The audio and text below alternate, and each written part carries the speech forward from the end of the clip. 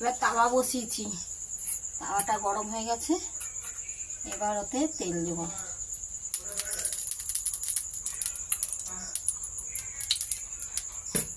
দিয়ে এবার এই যে একটা একটা করে ডিম ফাটাচ্ছি আর এই বাটিতে দিচ্ছি।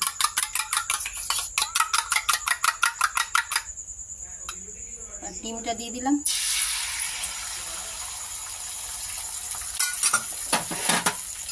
ভালো করে ডিমটাকে একটু গোল করে নিই। এবার রুটিটা দিয়ে দেবো। ভালো করে এটা ভাজা হোক।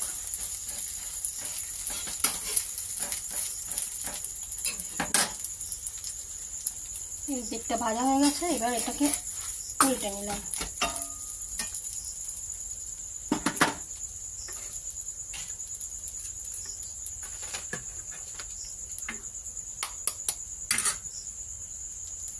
একটু কড়া করেই ভাজবো, আমার ছেলে ভাই বেশ কড়া কড়া রুটিটাই পছন্দ করে।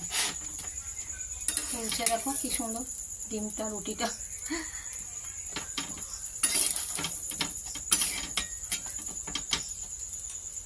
ও বলে দোকানে দেখো কেমন কড়া কড়া করে করে, অমনি করে করো। আচ্ছা আমি, আমার তো আর দোকান না, আমি বাড়ি, কিন্তু আমিও বানাবো, দেখবে খেয়ে কি সুন্দর হবে। আর একটুখানি কড়া করি রুটিটা, ভালো করে একটু ভেজে নিই, কড়া কড়া হয়ে যায়। এই দেখো মটনের কিমাটা রেডি করে নিয়েছি। কিছু না, একটুখানি পেঁয়াজ রসুন লঙ্কা ঝিরিঝিরি করে কেটে দিয়ে তেলের মধ্যে রসুন দিয়ে তারপরে পেঁয়াজ দিয়ে ভেজে এই মটনের কিমাগুলো দিয়ে দিয়েছি। নুন মিষ্টি দিয়েছি পুরো, এটা সোয়া সস দিয়েছি, দিয়ে নেড়ে নেড়ে, আর কোনো মশলা ফসলা দিইনি। এটা এমনিই তো ভাল লাগছে। এটা মাঝখানে দিয়ে এবার করবো। আর একটা ভেজে নিলাম, এটাও ভেজে নিই ভালো করে লাল করে একটু কড়া কড়া করে।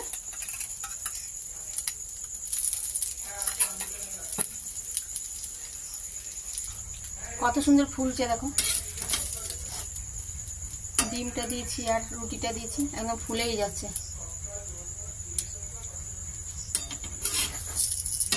এমনি যখন পরোটা করতে যাই তখন হবে না, এখন কি সুন্দর হচ্ছে।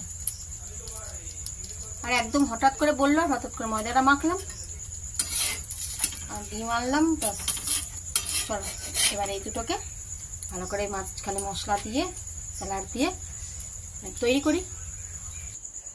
এই দেখো হয়ে গেছে এই দুটো রুটি ডিম দিয়ে। স্যালাডের জন্য এই যে ভিতরে দেবো পেঁয়াজ শসা আর এটা লেবু সব কেটে নিয়েছি। আর এই যে সস আছে, টমেটো সস আর এটা একটু চিলি সস। আমি করি, তোমরা দেখতে থাকো। প্রথমে এই যে কিমাটা দিয়ে দিলাম,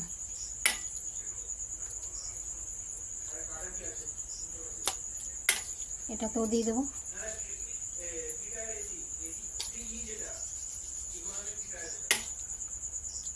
হয়ে গেল। এবার দেবো একটুখানি পেঁয়াজ,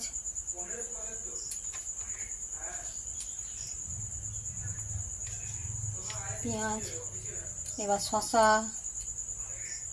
এটাতেও দিলাম শসা, দেবো একটু লেবুর রস,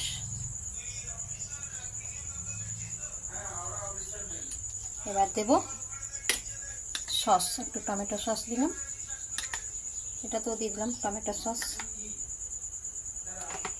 আবার দেবো একটু চিলি সস।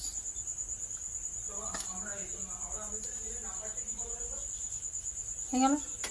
এইবার আমি এটা মুড়বো।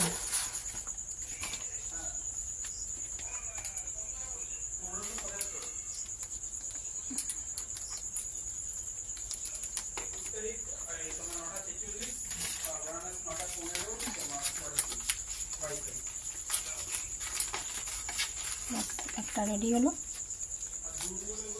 আমি এরকম ছোটো ছোটোই করলাম, ঘরে তো খাবো, কোন একদম কম্পিটিশানে যাব আমি রোলটাকে নিয়ে, যেতেও পারি বলো।